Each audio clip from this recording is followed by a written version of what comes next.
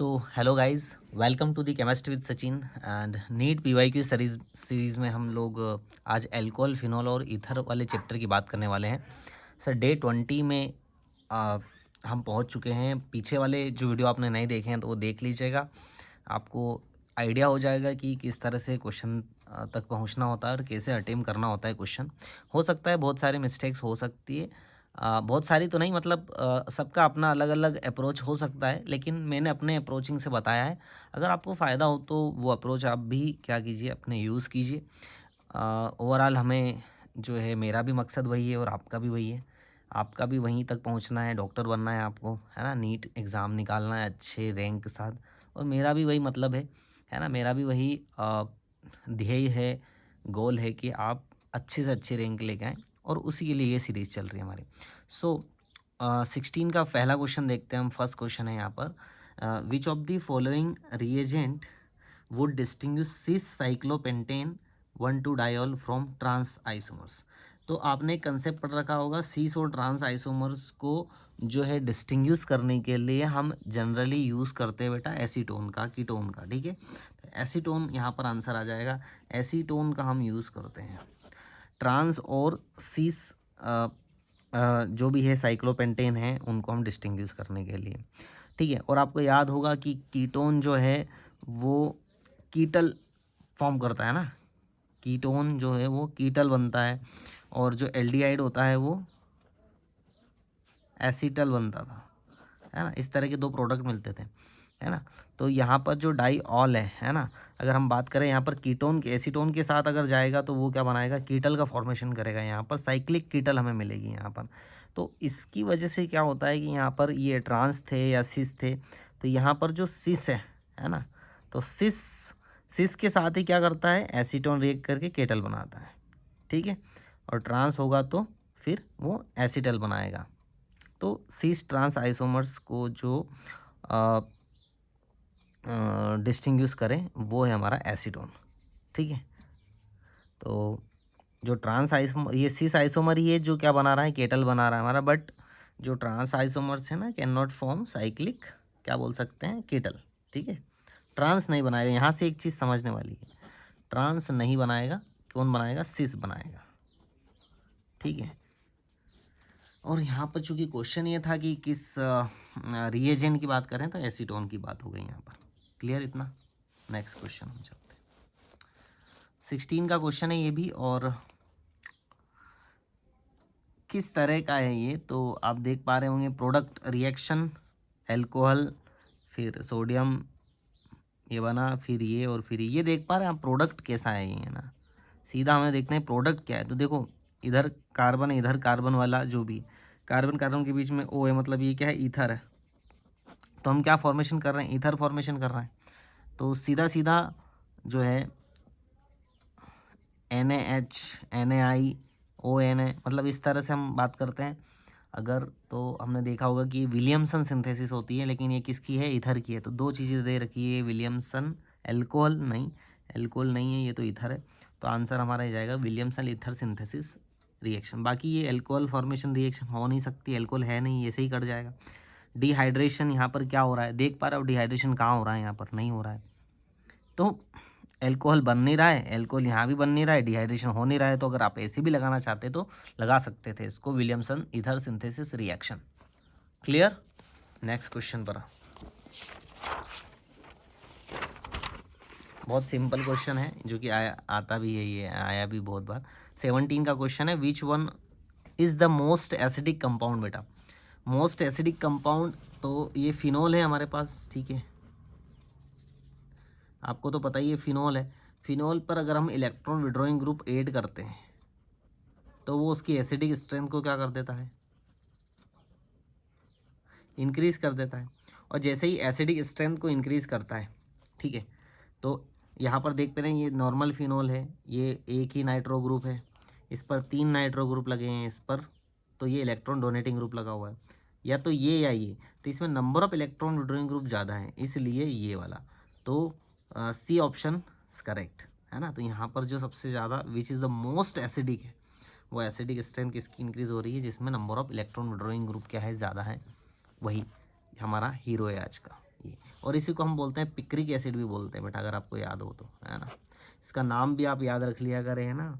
135 2 3 4 5 6 है ना, 246 tri nitro, sorry 246 tri nitro phenol. Clear. चलिए, पिक्रिक एसिड। इस पे क्वेश्चन पीके वैल्यूज से भी आ सकता है ना, वो भी आपको कंसिडर करके रखना चाहिए। सो नीट 17 का question, the heating of phenyl methyl ether with HI produces. तो फिनाइल मिथाइल ईथर बना लेते हैं हम लोग, है ना। तो ये फिनाइल, यहाँ पर हमने बना लिया है फिनाइल मिथाइल ईथर, ये मिथाइल और ये ईथर हो गया। अच्छा, रिएक्शन करता है HI से, है ना। तो यहाँ पर बनेगा हमारे पास CH3I यहाँ पर निकल जाता है अलग, और यहाँ O के साथ ही H जो है वो ऐड हो जाता है, जो हम नॉर्मल जो है रिएक्शन में देखते हैं, ठीक है। तो ये जो है फिनॉल कहाँ पर है आंसर में हमारा, वर्ड में दे रखा है आयोडोबेंजीन नहीं बनेगा, फिनॉल बनेगा, बेंजीन नहीं बन सकता, इथाइल क्लोराइड भी नहीं आएगा यहाँ पर, है ना। मिथाइल आयोडाइड करके भी पूछ सकता था आपसे, है ना। तो ये ध्यान रखा करें आप। यहाँ पर वो चेंज भी कर सकता था, C2CH2CH3 भी कर सकता था, और फिर इथाइल आयोडाइड करके दे सकता था, कैसे भी करके, है ना। तो इस तरह का चीज़ ध्यान रखिए आप लोग। अब जो है आपको नेक्स्ट क्वेश्चन है आपका 2018 का 5th क्वेश्चन है इस चैप्टर का। In the reaction phenol chloroform NOH कौन सी है बताया आपको, रीमर टीमन रिएक्शन है, RTR, ठीक है। राइमर टीमन रिएक्शन है ये, ठीक है। अब इसमें पूछा है कि साहब इलेक्ट्रोफाइल इन्वॉल्व कौन सा, ये तो हमें याद ही हो जाता है, मतलब इलेक्ट्रोफाइल तो, है ना। तो इलेक्ट्रोफाइल यहाँ पर कार्बीन होता है बेटा, क्या होता है, कार्बीन, हमेशा याद रखना।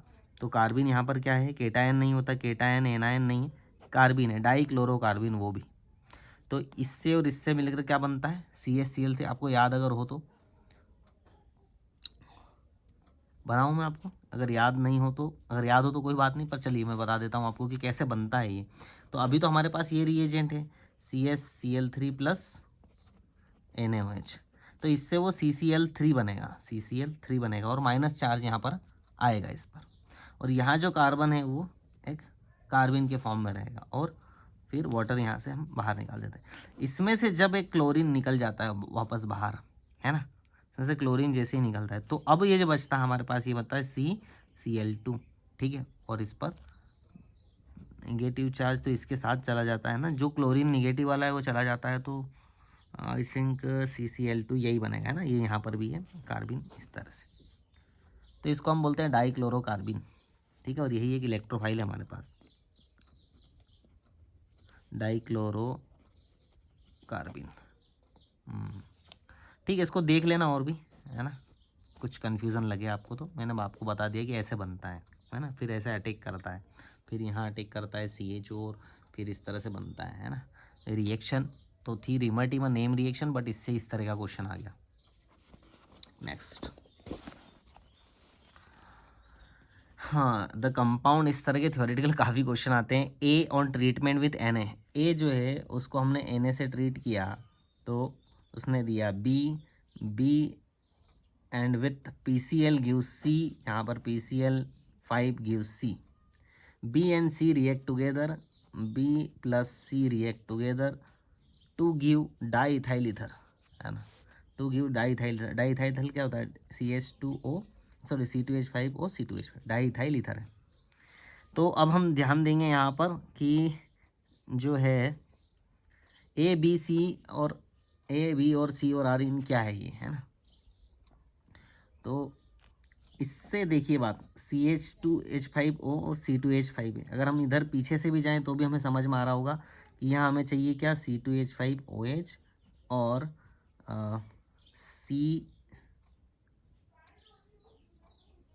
B यहाँ पर नहीं, C2H5O N है ना, N है, क्योंकि B जो है यहाँ पर बनेगा क्या, C2H5ONA, ठीक है, क्योंकि Na से हम रिएक्शन करवा रहे हैं। ये क्या होती है रिएक्शन, तो ये होता है C2H5OH इथेनॉल। जैसे ही H हटता है यहाँ Na लग जाता है, और जैसे हम Cl डालते हैं तो ये यहाँ पर क्या बन जाएगा, C2H5Cl। अब B और C दोनों रिएक्ट करेंगे C2H5Cl, तो NaCl यहाँ से हट जाएगा, तो हमारे पास बचेगा C2H5O और C2H5 यहाँ पर, ये रिएक्शन कर जाएगा और ये हमारे पास डाईइथाइल ईथर बन जाएगा। ऑप्शन से देख के भी आप कर सकते थे, है ना, ऑप्शन भी बहुत प्यारे दे रखे हैं। तो कौन सा वाला आंसर आ जाएगा हमारा, ए में है C2H5OH, C2H5OH, C2H5OH, ये वाला आंसर नहीं आएगा। बी में है C2H5ON है, और सी में यही डी वाला आंसर हमारा करेक्ट हो जाएगा, है ना। इस तरह से देखना था। नेक्स्ट क्वेश्चन इसी तरह का ही है, मेजर प्रोडक्ट देखना है P, Q and R in the following sequence of reaction. ये रिएक्शन है एनहाइड्रस LCl3। देखो क्या बन रहा है यहाँ पर, फ्रीडल क्राफ्ट एल्काइलेशन है ना, फ्रीडल क्राफ्ट एल्काइलेशन, ध्यान से देखना है यहाँ पर। तो ये बेंजीन रिंग है, और यहाँ पर अगर हम इससे रिएक्शन करवाते हैं तो CH3 CH2 CH2। अब ये कार्बोकेटाइन बनता है, देखो ये Cl हटता है तो ये कार्बोकेटाइन बनता है। तो हम क्या करते हैं, नॉर्मली एक Cl होता है ना बेटा, हमने देखा होगा कि बोर्ड में एक Cl आ जाता है, तो ऐसे हम क्या करते थे, इसी को यहाँ ऐड कर देते हैं। लेकिन यहाँ क्या होगा बेटा, यहाँ हमें स्टेबल जो कार्बोकेटायन है उसको देखना होगा, क्या अभी ये स्टेबल है, या ये चाहें कि हम इसको अगर शिफ्टिंग करवा देते हैं, इस पर लेके आ जाते हैं। सपोज इसको मैं क्या बना दूँ, CH3 CH2 प्लस नहीं CH2 ऐसा। तो अब हम देखेंगे इसके पास कि इसके पास हम कैसे देखेंगे, अल्फ़ा हाइड्रोजन काउंट करेंगे, अल्फ़ा हाइड्रोजन। तो देखते हैं यहाँ पर इस कार्बन के पास एक हाइड्रोजन, तो ये 1 और 2 कितने हो गए,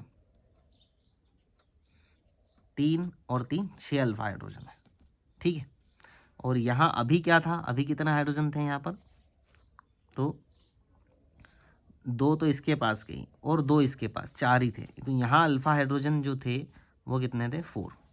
इस कार्बन पे प्लस चार्ज है तो 2 अल्फ़ा, और ये कार्बन इस कार्बन से जुड़ा हो तो 2 इसके, 2 और 2 4 ही थे। लेकिन यहाँ पर अल्फ़ा हाइड्रोजन कितने हो गए हैं, 6। किससे, अगर हम इसको कार्बोकेटाइन को मतलब कि पॉजिटिव चार्ज को इधर ट्रांसफ़र करते हैं तो बात समझ में आई। तो हमारा स्टेबल कार्बोकेटाइन ये बनेगा, मतलब ये ऐसा अरेंजमेंट हो जाए, रीअरेंजमेंट इसको बोलते हैं। तो रीअरेंज हो गया, हाइड्रोजन शिफ्टिंग हो गई, तो हमारे पास जो ये सेकेंडरी है ये स्टेबल बना, और ये क्या था, प्राइमरी। तो सेकेंडरी वैसे भी ज़्यादा स्टेबल होता है, तो ये जैसे ही अटैच होगा वहाँ पर, है ना, तो देखो बेंजीन पर क्या अटैच होगा, बेंजीन पर ऐसा नहीं अटैच होते हैं ना, डायरेक्ट अटैच नहीं होते हुए कैसा अटैच होगा, इस तरह का CH, और फिर इससे जुड़े होंगे क्या हमारे CH3 तो प्रोडक्ट P जो है हमारा, सॉरी ना, तो P हमारा पास ये बनेगा। अब ये प्रोडक्ट कहाँ कहाँ है, एक तो इसमें है और एक इसमें है, ठीक है, 2 जगह है। अब देखते हैं Q क्या बनेगा, Q भी सेम बना रखा है, नहीं Q सेम नहीं है, हाँ हाँ Q भी सेम बना रखा है, फिनॉल बना रखा है। तो R क्या बनेगा यहाँ पर, है ना, तो हम पीछे देख लेते हैं थोड़ा सा इसको ध्यान से, जगह नहीं है अभी इसमें।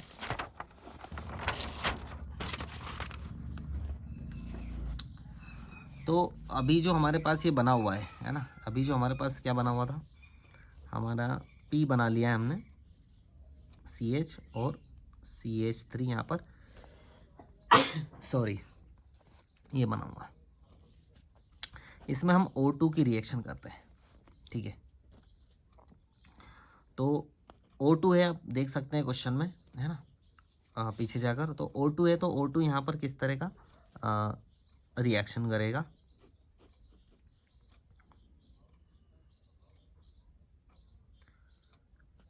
CH3, इससे ये CH3 जुड़ा हुआ है और एक ये CH3 जुड़ा हुआ है, यहाँ आकर वो क्या करेगा, ऑक्सीडेशन करेगा और ये बनाएगा COOH।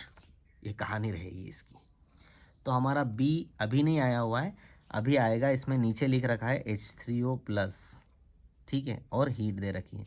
जैसे ही H3O+ हम करेंगे तो यहाँ से ये पूरा का पूरा जो है एसीटोन बाहर निकल जाएगा, CH3 ये वाला CH3 COCH3, ठीक है।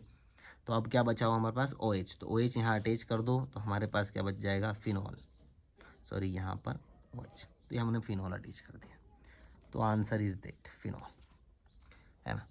तो बी हमारा आया फिनॉल। देखते हैं हम आंसर क्या आ जाएगा। बी तो सही है, लेकिन तीसरा क्या आया हमारा, क्या निकलेगा, सी, पी क्यू आर, सॉरी ये हो गया पी, ये हो गया क्यू और ये हो गया आर। तो क्यू आर जो हमारे पास एसीटोन आया हुआ है, ठीक है। तो यहाँ पर एक ही गड़बड़ थी सिर्फ इसमें, देखते हैं ऑप्शन में ये दे रखा था जबकि ये नहीं है, ये होगा कीटोन। तो आंसर हमारे पास आएगा डी का इस क्वेश्चन के लिए। ठीक है, इतना समझ में आया। चलिए आगे बढ़ते हैं। नेक्स्ट है 19 का question, the compound that is the most difficult to protonate is. Most difficult protonate होना है। प्रोटोनेट मतलब यहाँ पर तीनों में देखिए ऑक्सीजन है, ठीक है। तो ये ऑक्सीजन जो है ये क्या प्रोटोन को एक्सेप्ट कर पाएगी? प्रोटोन आएगा H+ लेगी, इसके पास होने चाहिए इलेक्ट्रॉन डेंसिटी। तो पहला केस है हमारे पास फिनाइल का, मतलब बेंजीन रिंग है और बेटा उस पर क्या है, O है और H है। आपको पता है बेंजीन रिंग यहाँ से इसके मान लो ये चला जाता है तो इस पर क्या आ जाता है, पॉजिटिव चार्ज। और इस पॉजिटिव चार्ज को मेंटेन करने के लिए जो ये इलेक्ट्रॉन है ये नीचे जाते हैं, यहाँ पर डीलोकलाइजेशन हो रहा है एक्चुअली। तो ये डीलोकलाइजेशन होता रहता है नेगेटिव चार्ज का, नेगेटिव चार्ज का। तो मतलब इस पर इलेक्ट्रॉन डेंसिटी कम होती है, कम होने की वजह से delocalisation of electron lone pair की वजह से क्या हो जाता है, इस पर पॉजिटिव चार्ज बना रहता है। तो जिस पर पॉजिटिव चार्ज बना होता है वो क्या प्रोटोनेट होना चाहेगा? नहीं होना चाहेगा, वो प्रोटॉन को क्यों आने देगा? तो आंसर हमारा यही है। उसके बाद यहाँ कोई डिलोकलाइजेशन नहीं हो रहा है, यहाँ भी नहीं हो रहा और यहाँ भी नहीं हो रहा है, ठीक है। तो इस वजह से उसने कहा कि that is the most difficult protonate. Most difficult protonation इसी में होगा, पीएच वाले में ही होगा, क्योंकि यहाँ पर जो है लोन पेयर ऑफ इलेक्ट्रॉन का क्या हो रहा है, डीलोकलाइजेशन हो रहा है। इस वजह से ये प्रॉब्लम हो रही है। तो हम ऐसा बोल सकते हैं, है ना, कि the lone pair of electrons will be delocalised on the benzene, on the benzene ring and resulting जो आ रहा है हमारे पास कि जो पार्शियल पॉजिटिव चार्ज जो बना रहेगा, है ना, पार्शियल पॉजिटिव चार्ज ऑक्सीजन पर बना रहेगा। तो जो हमारा इनकमिंग प्रोटॉन है, आने वाला प्रोटॉन है, वो बेचारा इजीली अटैक नहीं कर पाएगा, क्योंकि प्रोटॉन तो क्या चाहता है, इलेक्ट्रॉन डेंसिटी चाहता है ना, वहीं पर अटैक करना चाहेगा वो। उसको कम मिल रही है, इसलिए प्रोटोनेट करने में थोड़ा सा प्रॉब्लम करेगा।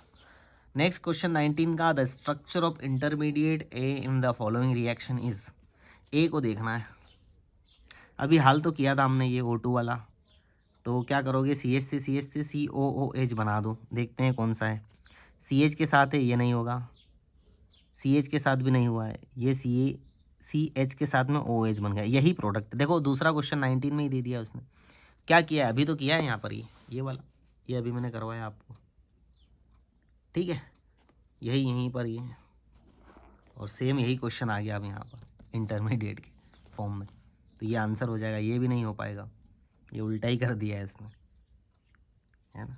और ये देखो ये क्या का था, 18 का था, है ना, ये 18 का था और ये 19 का था। कौन बोलता है रिपीट नहीं हुआ, क्वेश्चन ही रिपीट हो गया है ना। H+H2O फिनॉल बना है और ये कीटोन बना हुआ है। अब पिछले साल मतलब 18 में अगर वो करते तो ये क्वेश्चन इसी टर्म्स में आ जाता। देखो कितना मतलब पूरा का पूरा कॉन्सेप्ट आ गया आपके पास। खैर ठीक है, बढ़ते हैं आगे। 20 का question, anisole on cleavage with HI। Anisole बना लो पहले तो फिर देखते हैं कितना क्लीवेज हो जाएगा इसका एनिसोल का। एनिसोल OCH3 है एनिसोल, इसका HI के साथ में, तो यहाँ पर CH3I अलग हट जाएगा। ये भी एक और कंसेप्ट हो चुका है ना, इसी तरह का क्वेश्चन आज मतलब पीछे हम कर चुके हैं ना। तो जैसे ही ये बनेगा, ये क्या बनेगा, फिनोल बनेगा। तो यहाँ फिनोल तो है लेकिन CH3I नहीं है, यहाँ फिनोल है CH3I है, मतलब ये आंसर हो जाएगा। आयोडोबेंजीन नहीं है, ये ऐसा कुछ भी नहीं है, कुछ भी नहीं है, कुछ भी नहीं है। ये इसी कंसेप्ट से हम क्वेश्चन पीछे कर चुके हैं। आप बोलते हो कि PYQ इससे नहीं आने वाला, अरे यार क्या बात करते हो आप, हैं। ठीक है, पर सबके अपने अपनी है ना। कोई बोलेगा कि यार सर, है ना भाई, मैं कहीं से भी समझा रहा हूँ, कैसे भी समझा रहा हूँ आपको, लेकिन आपको समझ में आ रहा है ये बात महत्वपूर्ण होती है, ठीक है। मुझे कितनी केमिस्ट्री आती है नहीं आती है ना, ये सवाल अलग है, ठीक है, क्योंकि वास्ट सब्जेक्ट है, इसका कोई वो नहीं है। लेकिन आपको फ़ायदा हुआ क्या इससे?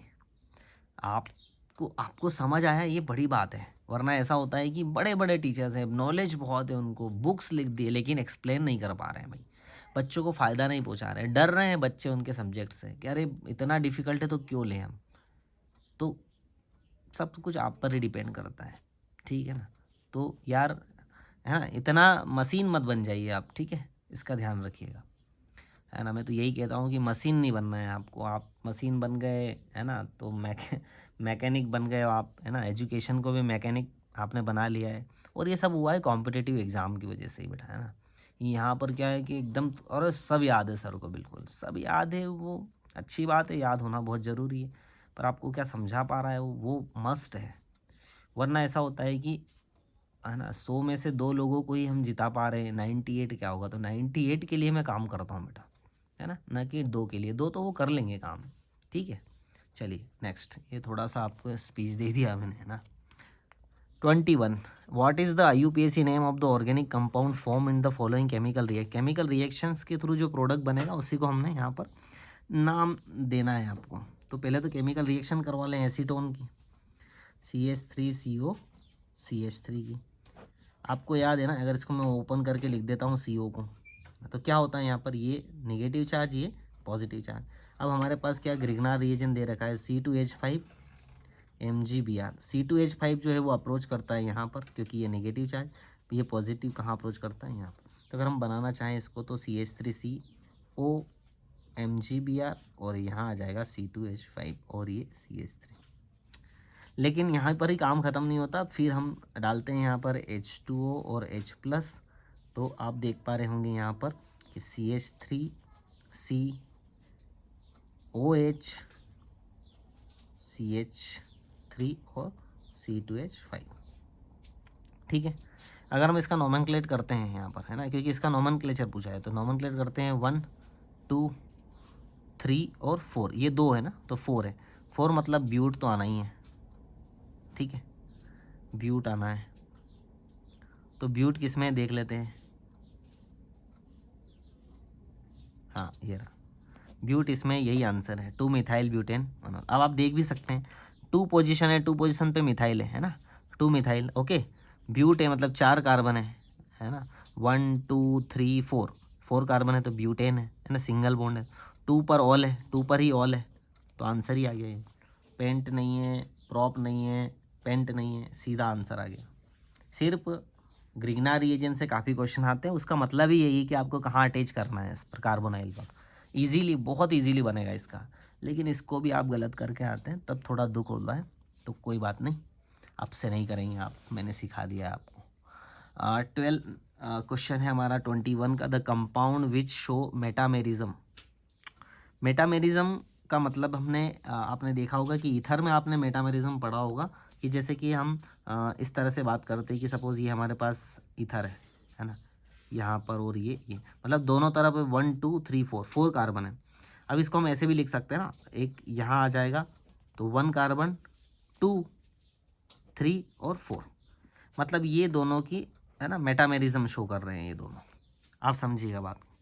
तो अब आप देखिएगा हमारे पास 5 कार्बन है, 3 कार्बन है, और 3 कार्बन है, और 4 कार्बन। तो ये जो हाइड्रोकार्बन है ये तो शो करेगा ही नहीं, तो ये तो आंसर खत्म हो गया हमारे पास, बचा है 3 कार्बन वाला। तो 3 कार्बन की हम कंडीशन देखते हैं, 3 कार्बन में हम क्या मेटामेरिज्म बना पाएंगे, 1 2 3, 3 कार्बन है ना। तो अगर हम बनाना चाहें कि यहाँ ऑक्सीजन रख दें और यहाँ पर ये बना दें, तो 1 2 3 कार्बन में इस तरह से बनेगा C3 में। अब अगर हम चेंज करें इसको, तो 1 2 अगर यहाँ लगा दें तो भी बात वही हो गई, इधर से काउंटिंग हो जाएगी, बात तो वही हो गई ना, एक तरफ C2 है, एक तरफ C2 है, एक तरफ एक ही कार्बन एक तरफ, तो C3 वाला कोई भी मेटामेरिज्म शो नहीं कर पाएगा। करेगा क्या, बचा C4 जो कि आपके सामने है, यही मेटामेरिज्म बेटा, और आंसर भी यही आता हमारा। समझे आप बात को, ऑप्शन से भी कर सकते थे इसको आप, ठीक। नेक्स्ट क्वेश्चन,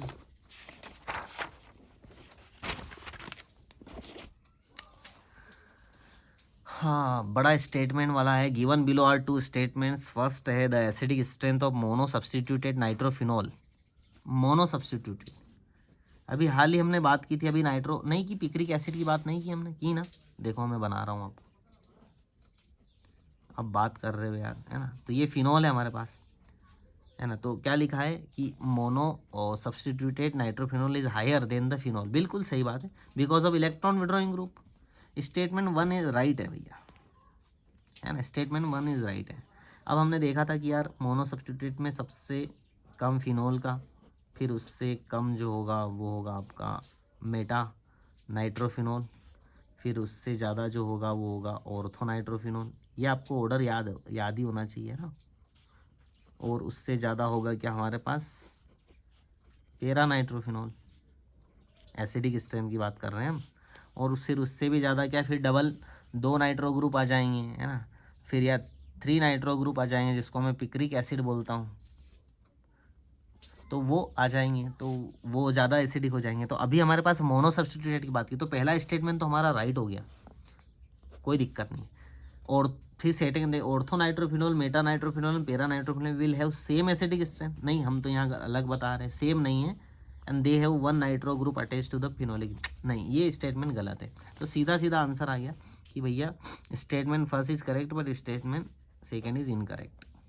इस तरह से आंसर करना था, सिंपल सा कंसेप्ट लगा था यहाँ पर इसमें एसिडिक स्ट्रेंथ का। नेक्स्ट है 22 का, गिवन बिलो आर 2 स्टेटमेंट, यहाँ भी 2 स्टेटमेंट दे रखे हैं और ये अब ल्यूकास रिएजेंट से है। तो बेटा Lucas reagent, in Lucas test primary second and tertiary alcohols are distinguished on the basis of their reactivity with concentrate HCl plus ZnCl2 known as Lucas reagent। Primary secondary और tertiary alcohol को distinguish करता है, बिल्कुल करता है भैया, primary secondary और tertiary, ठीक है।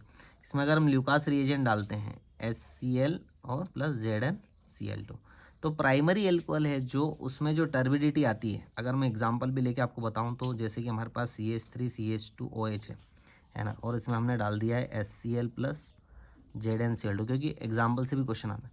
तो यहाँ पर Cl अटैच हो जाएगा, मतलब CH3 CH2 Cl है ना, क्लोरो कंपाउंड बनेगा, मतलब हेलो एल्केन बनेगा, है ना। लेकिन यहाँ पर इसकी वजह से टर्बिडिटी आएगी, मटमेला हो जाएगा मतलब, बट ये टर्बिडिटी आएगी करीब करीब 30 मिनट के बाद आएगी, ठीक है। लेकिन सेकेंडरी में यही टर्बिडिटी क्या आ जाएगी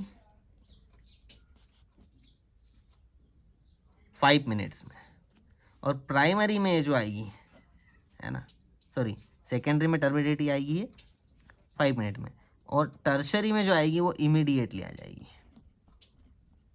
तुरंत आ जाएगी यहाँ पर। अब तुरंत आने की वजह से क्या होगा कि रिएक्टिविटी किसकी ज़्यादा है यहाँ पर, तो बेसिस ऑन देयर रिएक्टिविटी, तो बेसिस ऑन रिएक्टिविटी, ये बात सही है, स्टेटमेंट सही है कि रिएक्टिविटी इसके बेसिस पर होगी, but primary alcohol are most reactive, ये गलत बात है, क्योंकि टर्शरी मोस्ट रिएक्टिव तभी इमीडिएटली वो दे रहा है, इसके बाद सेकेंडरी और प्राइमरी में तो वो 30 मिनट्स के बाद आ रहा है। तो आई बात समझ में आपको, most reactive and immediate produce turbidity at room temperature on reaction with Lucas reagent. No नहीं मोस्ट रिएक्टिव नहीं है, प्राइमरी तो मोस्ट रिएक्टिव नहीं है, तो 30 मिनट्स के बाद आएगा। तो यहाँ पर जो स्टेटमेंट वो आएगा statement first is correct, and statement जो फर्स्ट है उसको मैं बोल देता हूँ कि ये राइट है और ये रॉन्ग है, ठीक। नेक्स्ट आई थिंक लास्ट नहीं सेकेंड लास्ट क्वेश्चन है, consider the following reaction and identify the product.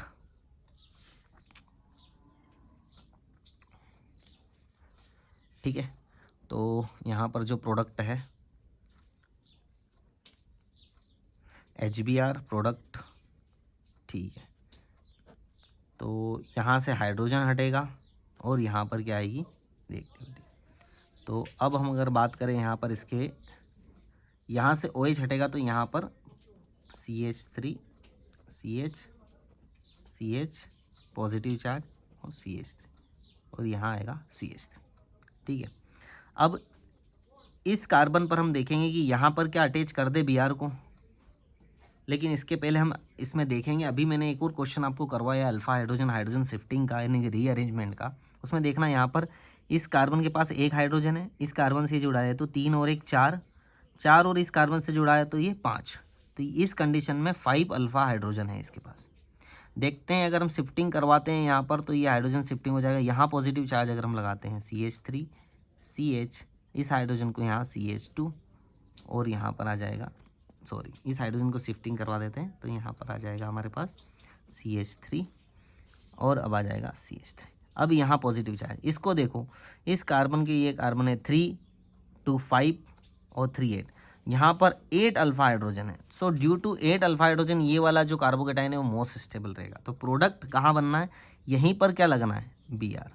ऐसा देख लो कौन सा प्रोडक्ट है, CH3 Br, ये भी नहीं है, ये तो यहीं लगा दिया है, ये इसके पास तो जाएगा ही नहीं, वैसे और भी कम हो जाएंगे। ये वाला आंसर हमारे पास सही है, ये Br लगा हुआ है यहाँ पर। ये इस तरह से कार्बोकेटाइन रीअरेंजमेंट को यहाँ पर इस तरह का क्वेश्चन था और ये मेजर प्रोडक्ट की बात करते हैं, है ना, तो इसलिए ये यहाँ पर ये बनेगा, है ना, due to stability of carbocation. यहाँ पर आगे आप तो टर्शरी तो दिख ही रहा है, लेकिन यहाँ पर अल्फा हाइड्रोजन भी ज़्यादा है, यहाँ पर अल्फा हाइड्रोजन कम है। ठीक है, ओके। नेक्स्ट लास्ट क्वेश्चन हम देख लेते हैं। वीडियो थोड़ा बड़ा हो गया है बट कोई नहीं, आपको काफ़ी सारे कंसेप्ट क्लियर हुए होंगे, ये मैं ऐसा सोचता हूँ आपको। लास्ट क्वेश्चन 23 का, विच amongst the following will be most radially dehydrated under acidic condition. Most radially dehydrate हो जाएगा एसिडिक कंडीशन। तो एसिडिक कंडीशन में तो यहाँ पर सीधा सीधा देखिए बात करते हैं हम, डिहाइड्रेट कर रहे हैं और एसिडिक कंडीशन में कर रहे हैं, तो इसमें से कौन सा जल्दी डिहाइड्रेट हो जाएगा और क्या हो जाएगा, एसिडिक कंडीशन है, यहाँ पर H+ की कंडीशन है, तो डिहाइड्रेट कौन जल्दी हो जाएगा, मतलब अपने जो OH है वो जल्दी कौन दे देगा, तो जो OH जल्दी देगा, देखो ध्यान से अब यहाँ पर, है ना, जो पहले कॉन्जुगेशन में उसको देखो हम कि OH देने के बाद में फिर क्या बचता है, उनके पास इलेक्ट्रॉन बचते हैं और इलेक्ट्रॉन वहाँ पर क्या बनाएंगे, यहाँ पर कॉन्जुगेशन बनाएंगे। तो अगर हम पहले कंपाउंड की बात करते हैं तो ये कंपाउंड ऐसा है, ये कन्फ्यूज़ करने के लिए CH3H दे रखा है, लेकिन एक्चुअली ये यहाँ पर है OH इस तरह से। तो अगर ये यहाँ से गया तो अपना इलेक्ट्रॉन यहाँ दे देगा, ये यहाँ से गया तो यहाँ दे देगा। तो अगर हमारा कॉन्जुगेशन अगर बना है यहाँ पर तो यहाँ डबल बॉन्ड आ जाएगा, फिर यहाँ से फिर यहाँ पर, तो यहाँ पर भी क्या आ जाएगा, डबल बॉन्ड आ जाएगा।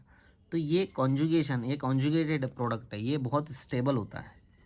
ठीक है, तो आंसर हमारा फर्स्ट ही है, जबकि यहाँ ये स्टेबल नहीं रहने देगा, NO2 खींचेगा इलेक्ट्रॉन डेंसिटी को, यहाँ पर भी NO2 है, यहाँ पर भी NO2 है। इस तरह से हम इस तरह के क्वेश्चन को करते हैं।